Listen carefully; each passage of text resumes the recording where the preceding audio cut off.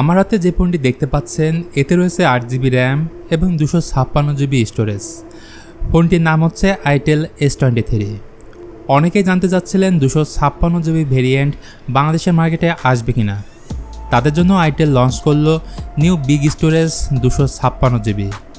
এই নতুন ভেরিয়েন্টের দাম হচ্ছে 13,990 মানে 14,000 টাকা। তো এই দামে ফোনটি কেমন হবে, কী কী থাকছে, সকল বিষয় নিয়ে কথা হবে আজকের এই ভিডিওতে। আশা করি পুরো ভিডিও জুড়ে আমার সাথেই থাকবেন। ফোনটি হাতে নিলে একটা প্রিমিয়াম ফিল আসে, মনেই হবে না এটি বাজেট স্মার্টফোন। এর ফ্রেম ও ব্যাকপার্ট প্লাস্টিকের হলেও এতে ব্যবহার করা হয়েছে কালার চেঞ্জিং ইফেক্ট, মানে সাদা কালারের ফোনটি সূর্যের আলোয় নিলে সাদা থেকে পিঙ্ক কালার ধারণ করে। এর কালার রয়েছে দুটি, আমার হাতেরটা স্টেরি ব্ল্যাক এবং আরেকটি মিষ্টি হোয়াইট। কিন্তু সামনের দিকে আসলে itel S23 ভালো নাও লাগতে পারে, কারণ এটি ওয়াটার ড্রপ নচ ডিসপ্লে। আর আপনি বলুন, এই বাজেটে যদি 500 ডিসপ্লে পান তাহলে itel S23 কেন নেবেন? চলুন আরও ভিতরের দিকে যাওয়া যাক। এর স্ক্রিন সাইজ হচ্ছে 6.6 ইঞ্চির HD+ 90Hz প্যানেলের একটি ডিসপ্লে। এখানে HD+ ডিসপ্লে থাকায় শার্পনেসের ঘাটতি থাকবে। এর পিপিআই ডেন্সিটি 269 এবং সম্ভবত পিক ব্রাইটনেস 480 নিটস, যার ফলে ইনডোরে ব্যবহারে কোনো সমস্যা না হলেও আউটডোরে ডিরেক্ট সানলাইটে যথেষ্ট প্রবলেম ফেস করতে হবে। ডিসপ্লে সিন বেজেল এই প্রাইসে ঠিকঠাকই বলা যায়। তাছাড়া এই ডিসপ্লেতে কোনো ধরনের প্রোটেকশন ব্যবহার করা হয়নি। এনিওয়ে, ক্যামেরা সেট আপনি বললে এই ফোনের পেছনে থাকছে টোটাল 2টি ক্যামেরা, যেখানে মেইন ক্যামেরা থাকছে 50 মেগাপিক্সেল এবং এআই লেন্স, আর ফ্রন্ট সেলফি ক্যামেরাটি হচ্ছে 8 মেগাপিক্সেল।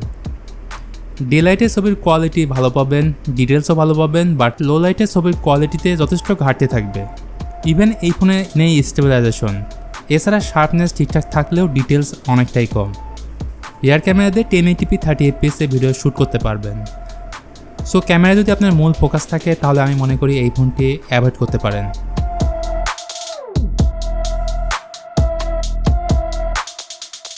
সফটওয়্যার বা ওএসের ক্ষেত্রে এই ফোনে পাচ্ছেন out of the box Android 12, যার ব্যাকএন্ডে থাকছে itel ভার্সন 8.6.0।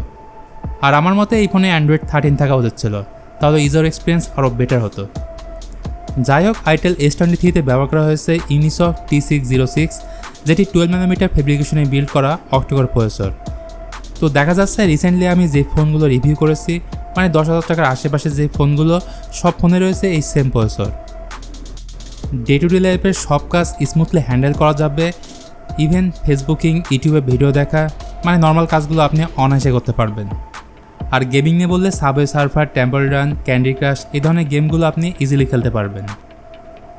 itel S23 পাওয়া যাবে 3টি ভেরিয়েন্টের সাথে, 4GB 128GB, 8GB 128GB এবং 8GB 256GB। ভালো ব্যাপার হচ্ছে এইদের র্যাম টাইপ থাকছে LPDDR4X এবং স্টোরেজ টাইপ থাকছে eMMC 5.1। অন্যান্য ফিচার হিসেবে এই ফোনে থাকছে side Mount fingerprint sensor, 3.5mm audio Jack এবং টাইপ সি পোর্ট। এর পাশাপাশি এই ফোনে থাকছে 5000 mAh ব্যাটারি এবং 10 ওয়াটের চার্জার। আমার হিসেবে এখানে 10 ওয়াটের চার্জার না দিয়ে যদি 18 ওয়াটের চার্জার দিত তাহলে খুবই ভালো হতো। বন্ধুরা, এই ভিডিওটি বেসিক্যালি তৈরি করা হয়েছে যারা টপ ভেরিয়েন্ট 256GB নেবেন তাদের জন্য। প্রথমত যারা বেস ভেরিয়েন্টটি নেবেন তাদের জন্য এটি আদর্শপূর্ণ হতে পারে, কিন্তু টপ ভেরিয়েন্টটি নেওয়ার আগে কয়েকটি বিষয় মাথায় রাখতে হবে। 14,000 টাকার এই ফোনে থাকছে না stereo speaker, secondary noise cancelling microphone, water drop notch display, even কোনো ফাস্ট চার্জার সাপোর্ট থাকছে না। বন্ধুরা, এই ছিল আমাদের আজকের ভিডিও itel S23-কে নিয়ে। ভিডিওটি ভালো লাগলে please hit the like button, share করতে পারেন আপনার বন্ধুদের সাথে। আজকের মতো আমি মিথুন এখানে বিদায় নিচ্ছি। দেখা হবে পরবর্তী ভিডিওতে।